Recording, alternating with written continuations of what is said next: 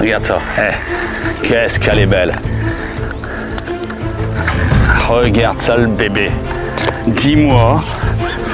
Regarde ça. Fais-moi un petit sourire. Voilà, regarde ça le bébé. Oh,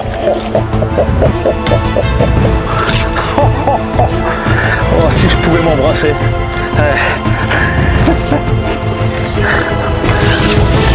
Oh la patate. Bonjour à tous. Je suis très heureux de vous accueillir pour une nouvelle vidéo. Là, on est sur ce magnifique lac de Montanreuil. Mon Anteuil. Putain. Ça va être long. Ouais, je pense que ça va être long. Bonjour à tous, je suis très heureux de vous accueillir pour une nouvelle vidéo. Je suis actuellement dans ce magnifique, au bord de ce magnifique lac de Montanreuil. Oh lolo. Mon Anteuil.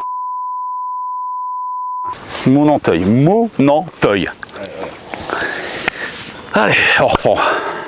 Bonjour à tous, je suis très heureux de vous accueillir pour une nouvelle vidéo. Je me trouve actuellement sur les bords d'un magnifique lac de Monanteuil. Bonjour à tous, je suis très heureux de vous accueillir pour une nouvelle vidéo. Je me trouve actuellement au bord de ce magnifique lac de Monanteuil.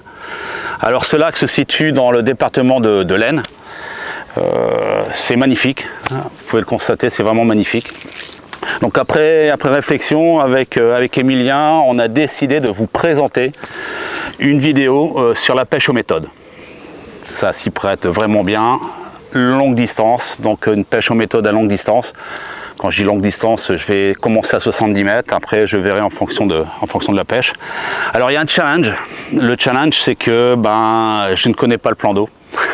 C'est la première fois que je mets les pieds sur ce magnifique lac. Donc j'ai eu des échos, je me suis renseigné, mais vous savez, entre les renseignements et la réalité, il y a des moments, il y a un fossé. Donc là, je vais commencer à 70 mètres. Je vais vous présenter un petit peu comment moi je vais aborder la pêche. Donc avec les cannes que je vais utiliser, les moulinets, les arrachés et puis tout ce qui va derrière. Écoutez, moi je vous propose de commencer par l'amorçage. Et puis par la suite, je vous montrerai un petit peu les petits détails, comment je perçois la pêche aux méthodes. Allez, c'est parti. Donc là, je vais commencer au terreau. Donc j'ai incorporé avec un mix et puis quelques grains de maïs et une belle boule de terreau. Donc pour commencer avec un bas de ligne de 10 cm. Concernant la distance, là c'est toujours aussi important de prendre un repère. Donc moi mon repère c'est sur la berge en face, il y a un point jaune. Donc c'est pas la bouée, c'est juste le point jaune qui se trouve sur la berge d'en face. Donc c'est légèrement décalé. Alors pourquoi je dis que il faut vraiment être précis, parce qu'en fait je m'aperçois qu'il y a énormément d'herbiers, jusqu'à 20-25 mètres, voire même plus. Donc j'ai sondé plusieurs fois. Là aussi, ce qui est vraiment important, avant de démarrer, de jeter votre méthode, il faut bien penser qu'il faut, c'est comme à la canne, faire une topographie du fond. Donc vous jetez votre méthode à vide, et vous raclez le fond de façon à voir s'il y a des cassures. Si là dans ce cas là c'est des herbiers, donc j'ai sondé à peu près entre 80 et 60 mètres, et en fait j'ai une zone, je vais dire à peu près entre 8 et 10 mètres, entre 60 et 70 mètres où j'ai pas d'herbier. Quand je me rapproche, donc quand je fais revenir mon méthode, à partir de 60-65 mètres, je commence à accrocher. Donc là, j'ai ramené pas mal d'herbiers.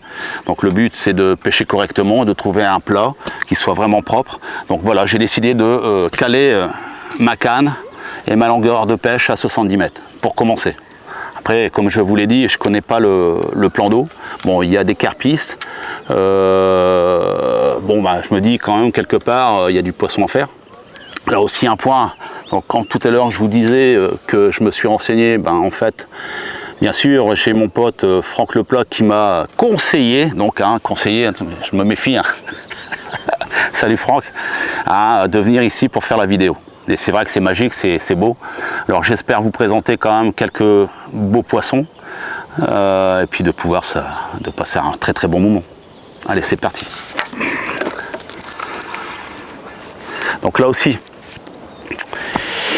bon, c'est vrai qu'il y a énormément de vidéos sur les réseaux. Alors après, chacun fait comme il le sent. Mais moi, à peu près, voilà, quand je dois lancer, je regarde à peu près la ligne que je vais laisser avant de propulser mon méthode. Donc en fait, c'est à peu près un tiers de la canne. Voilà, un tiers de la canne. Là aussi, il n'y a pas de secret, il n'y a vraiment pas de secret. Il faut de l'entraînement. Vous avez beau à regarder les vidéos sur YouTube, ce n'est pas suffisant. Donc il faut aller au bord de l'eau, il faut s'entraîner, c'est du gestuel. Donc là, il faut bien regarder, faire le balancer, prendre le repère et balancer. Toujours la canne vers le haut. Voilà. Je pointe la canne vers l'eau. Et après, je redresse. Et je positionne la canne sur le support.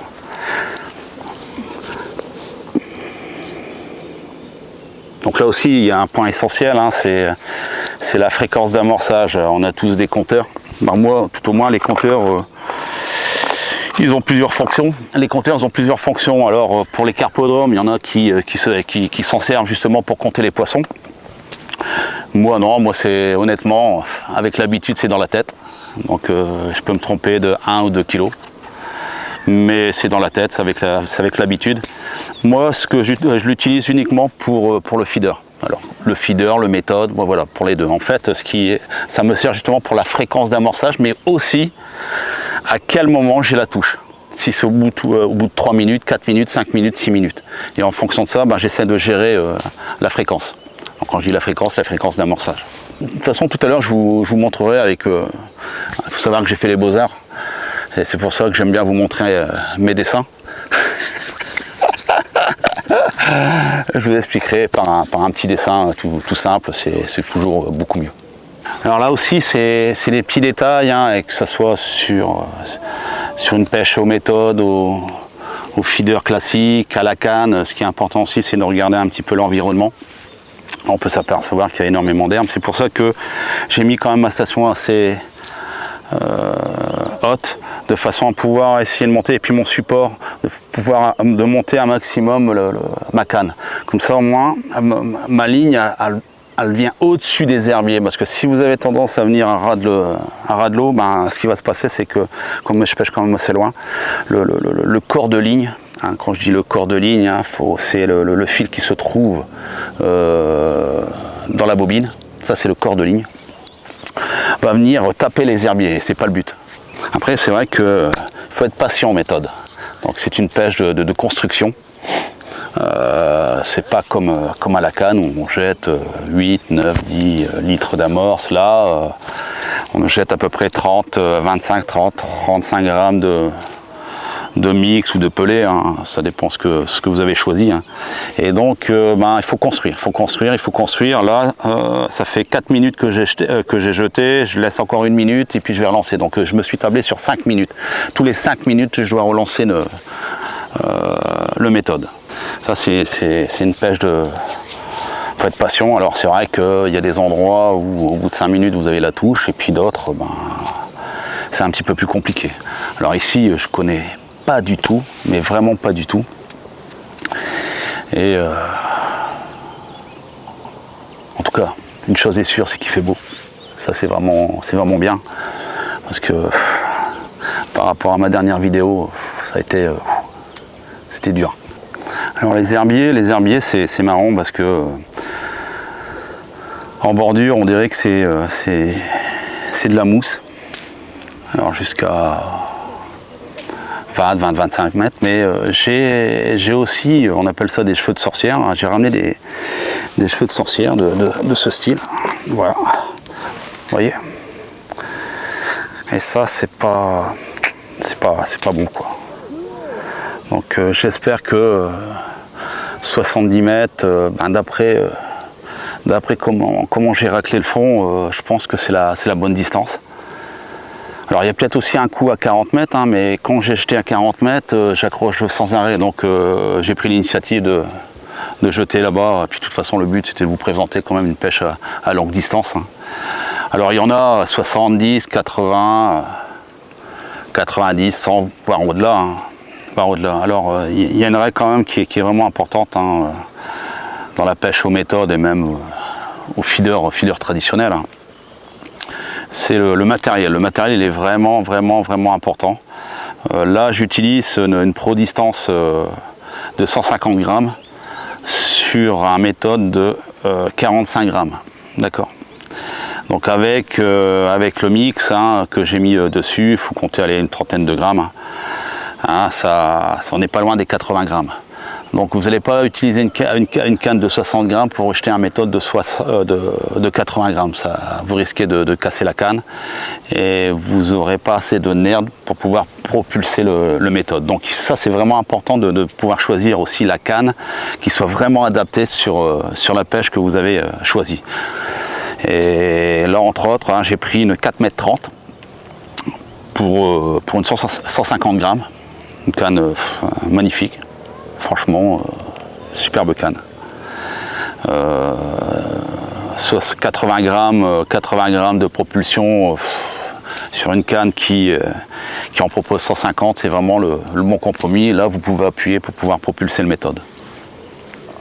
Donc ça, c'est aussi vraiment important, hein, de bien choisir le matériel. Donc là, je vais relancer, ça fait plus de 5 minutes.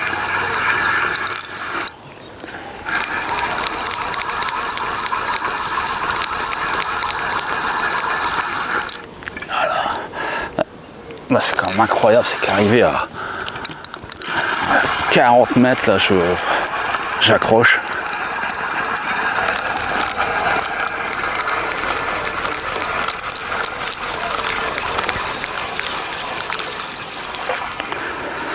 Donc le terreau est toujours présent. Ce que je fais aussi, après chacun... Aujourd'hui on a des nylons qui coulent assez facilement, mais j'ai toujours eu l'habitude de mettre du dégraissant, donc du liquide vaisselle hein, sur le moulinet. Alors c'est surtout que dans des endroits quand il n'y a pas beaucoup d'eau. Voilà, il doit avoir 1,80 m, peut-être 2 mètres. Difficile à juger quand même. Alors il y en a qui vont compter à l'impact du plomb, ils vont compter la descente, là ça c'est difficile quand même. Honnêtement ça c'est difficile. Moi ce qui était vraiment important c'était de trouver un fond propre. Donc moi je mets du dégraissant de façon que le fil puisse couler plus rapidement. Donc en termes de bas de ligne, bon j'en ai des tas, hein, forcément, hein, pour faire face vraiment à toutes les situations. Là, je vous présente une boîte de bas de ligne avec différentes longueurs. Mais pour être honnête, hein, ce qui marche le plus souvent, c'est les longueurs de 10 cm. C'est vraiment ce qui marche le mieux aux méthodes. Donc bien sûr, hein, j'ai des bagues, montées avec des bagues, avec des baïonnettes, avec des nylons plus ou moins forts et des tailles d'hameçon plus ou moins importantes. Donc, ce que je disais tout à l'heure, donc j'aime toujours vous présenter un dessin. Donc là c'est moi, là c'est la berge, là c'est l'eau, la surface, donc et les herbiers. Là j'ai une distance de 70 mètres entre là et moi. D'accord, donc quand je dis moi, je dirais au niveau du moulinet. Donc là j'ai 70 mètres. Et forcément, c'est ce que je vous disais tout à l'heure, il y a énormément d'herbiers sur le fond, alors le but c'est de passer cet obstacle. Et donc après avoir sondé et raclé le fond, je me suis aperçu que cette zone-là était assez propre pour pouvoir mettre mes amorces, mon mix, mes pelets de 2 mm, le maïs et les terreaux. Donc le but justement, c'est qu'à un moment donné, c'est que le sillon ait le début du nylon où vient frapper la surface de l'eau. Il faut que forcément ça passe au-dessus des herbiers. Sinon, vous allez vous retrouver dans une situation un peu bizarre si vous descendez votre sillon. Donc forcément, l'angle, vous allez le rabaisser, l'angle, et le nylon va venir se poser sur les herbiers. Et vous risquez de ne pas voir la touche, tout simplement. Donc voilà quoi. Donc, je pense que c'est bien expliqué. Le dessin, il est beau.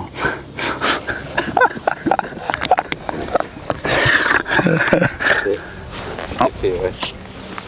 C'est ce que j'allais dire.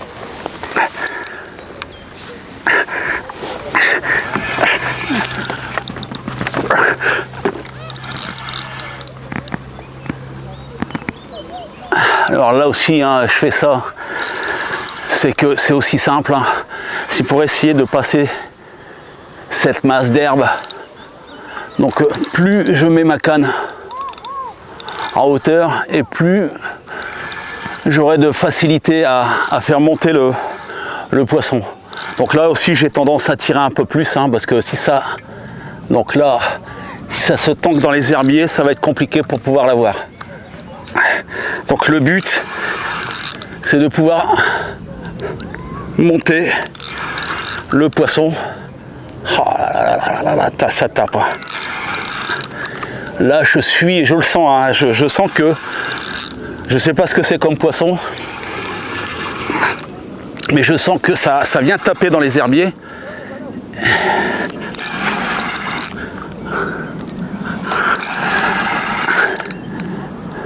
En tout cas l'action de la canne elle est magnifique. Franchement c'est un bijou. Je crois que là le poisson il est au-dessus des herbiers. Voilà, là, qu'est-ce que c'est joli, une magnifique tanche. Oh là là là là, ça c'est vraiment un poisson que j'adore. Regardez ça. Oh là là, elle se laisse pas faire. Putain, elle est tankée dans les herbiers. Oh là là là.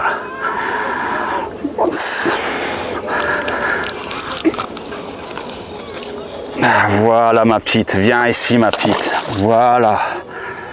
Qu'est-ce que c'est magnifique. C'est vraiment magnifique. Regardez ça, cette beauté. Oh là là là là là là. Oh, quelle merveille. Mais quelle merveille.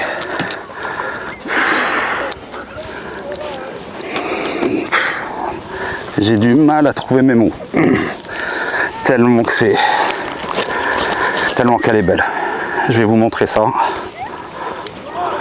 Putain, juste sur la lèvre. Mais je vais te remettre, t'inquiète pas ma puce. Regardez ça. Attends. Regardez ça, cette merveille. Je vais vous la présenter.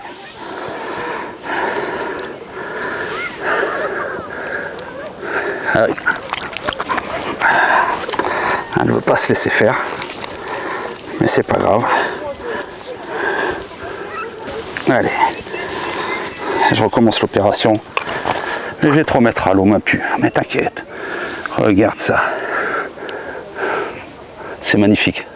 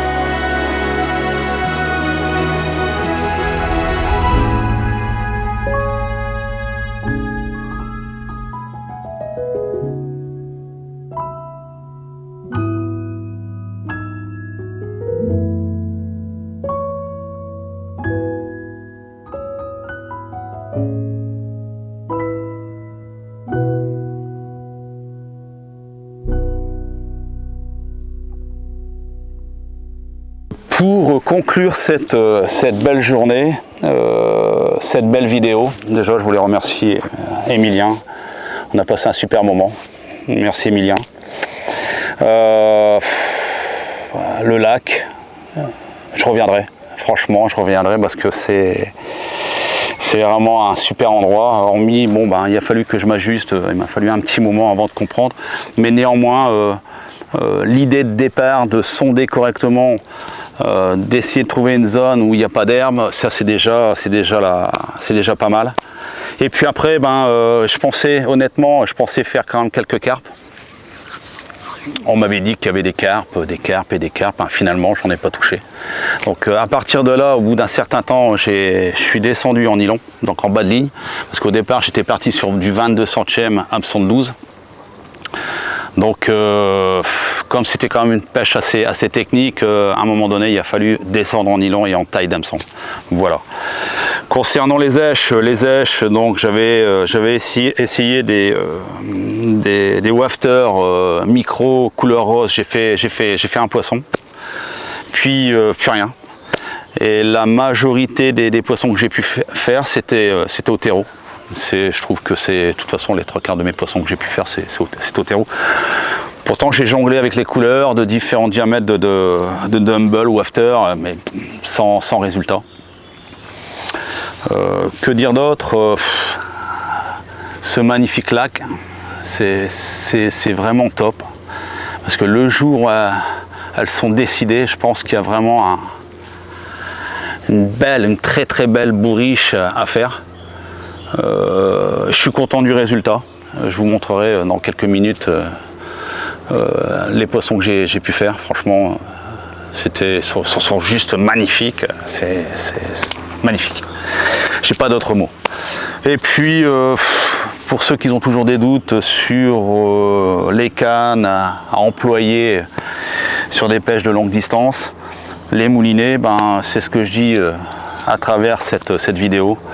Et c'est vraiment important d'avoir vraiment le bon matériel pour pouvoir pêcher à cette distance-là. Ça, voilà. Sinon, vous risquez de casser des sillons et puis j'en passe. N'oubliez pas, et je le redis, n'oubliez pas de vous abonner sur la page YouTube à Matrix Fishing TV. Franchement, c'est une tuerie. La page Matrix où vous avez des jeux concours, les newsletters, les vidéos en avant-première, en fait c'est un package énorme, c'est totalement gratuit. Alors n'attendez pas. Et je vous dis à bientôt pour une prochaine vidéo.